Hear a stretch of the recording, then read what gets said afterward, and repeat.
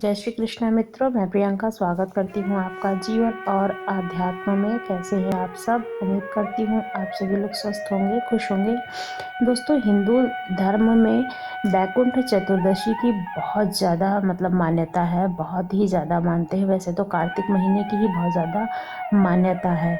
कहते हैं कि बैकुंठ चतुर्दशी की कथा सुनने से 14,000 पापों का नाश होता है। तो चलिए, आज मैं आप लोगों के लिए लेके आई हूँ 3 कथाओं को सुनते हैं।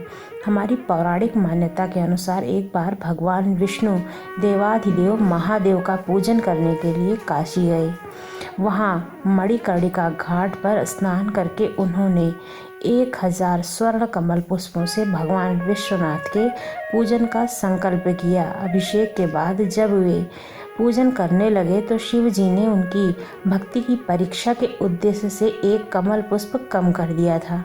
भगवान श्रीहरि को पूजन की पूर्ति के लिए 1000 कमल पुष्प चढ़ाए। एक पुष्प की कमी देखकर उन्होंने सोचा कि मेरी आँखों को भी कमल के ही समान माना जाता है, मुझे कमल नयन और पुण्यकाक्ष कहा जाता है। यह विचार कर भगवान विष्णु अपनी कमल के समान आँखों को चढ़ाने के लिए प्रस्तुत हुए। विष्णु जी की इस अगाध भक्ति से प्रसन्न होकर देवाधिदेव महादेव प्रकट होकर बोले कि हे विष्णु, तुम्हारे समान संसार में कोई दूसरा भक्त नहीं है। आज की यह कार्तिक शुक्ल चतुर्दशी आप बैकुंठ चतुर्दशी के नाम से जानी जाएगी। इस दिन व्रत पूर्वक जो पहले का पूजन करेगा उसे बैकुंठ लोक की प्राप्ति होगी। भगवान शिव ने इसी बैकुंठ चतुर्दशी को करोड़ों सूर्यों की कांति के समान वाला सुदर्शन चक्र विष्णु जी को प्रदान किया। शिव जी तथा विष्णु जी कहते हैं कि इस दिन स्वर्ग के द्वार खुले रहेंगे। मृत्यु लोक में रहने वाला कोई भी व्यक्ति इस व्रत को करता है, वह अपना स्थान बैकुंठ धाम में सुनिश्चित करेगा। और हमारी दूसरी कथा इस प्रकार है। बार की बात है, नारद जी पृथ्वी लोक में घूमकर बैकुंठ धाम पहुंचते हैं। भगवान विष्णु उन्हें आदर पूर्वक बिठाते हैं और प्रसन्न होकर उनके आने का कारण पूछते हैं। तब नारद जी कहते हैं कि हे प्रभु, आपने अपना नाम कृपा निधान रखा है, इससे आपके जो प्रिय भक्त हैं वहीं तर पाते हैं, जो सामान्य नर नारी है वह वंचित रह जाते हैं। इसलिए आप मुझे कोई ऐसा सरल मार्ग बताएं जिससे सामान्य भक्त भी आपकी भक्ति कर मुक्ति पा सकें। सुनकर भगवान विष्णु नारद जी से कहते हैं कि सुनो, कार्तिक शुक्ल पक्ष की जो चतुर्थी तिथि को श्रद्धा के साथ मेरी भक्ति पूजा अर्चना करेगा, उसके लिए स्वर्ग के द्वार साक्षात खुल जाएंगे।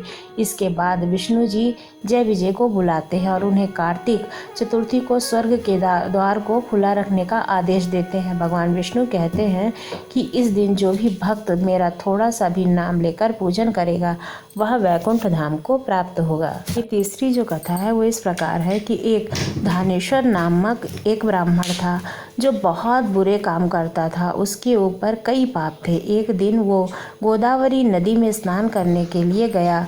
उस दिन बैकुंठ चतुर्दशी थी। कई भक्तजन उस दिन पूजा अर्चना कर गोदावरी घाट पर आए थे। वह भीड़ में धानेश्वर भी उस स्थान पर पहुंच गया था। इस प्रकार उन श्रद्धालुओं के स्पर्श के कारण धानेश्वर को भी पुण्य मिला। जब उसकी मृत्यु हो गई तब उसे यमराज लेकर गए और नरक में भेज दिया। तब भगवान विष्णु ने कहा कि यह बहुत पापी है, पर इसने बैकुंठ चतुर्दशी के दिन गोदावरी स्नान किया है और श्रद्धालुओं के पुण्य के कारण इसके सभी पाप नष्ट हो गए हैं, इसलिए इसे बैकुंठ धाम मिलेगा। अतः धानेश्वर को भी बैकुंठ धाम की प्राप्ति हुई। जानते हैं पूजा विधि। इस दिन भगवान विष्णु की पूजा में धूप, दीप, चंदन, श्वेत कमल पुष्प, केसर, चंदन का इत्र, गाय का दूध, मिश्री व दही आदि से अभिषेक करते हुए उनकी पूजा करनी चाहिए और आरती भी उतारनी चाहिए। यदि संभव हो सके तो श्रीमद् भागवत गीता का पाठ अवश्य करना चाहिए। भगवान को भोग में माखन मिश्री अर्पित करनी चाहिए और खीर भी अर्पित करते हैं। भगवान नारायण की पूजा के बाद विधिवत भगवान शंकर की पूजा अर्चना करनी चाहिए। इन्हें प्रसन्न करने के लिए गाय के दूध या गंगा जल से इनका अभिषेक करना चाहिए। फिर पुष्प, बेलपत्र आदि अर्पित करना चाहिए। शिव जी के बीज मंत्र का जाप 108 बार करना चाहिए। आपको हमारी जानकारी कैसी लगी, कथाएं कैसी लगी ज़रूर बताइएगा। अगर अच्छी लगी हो तो चैनल को सब्सक्राइब कीजिएगा। धन्यवाद।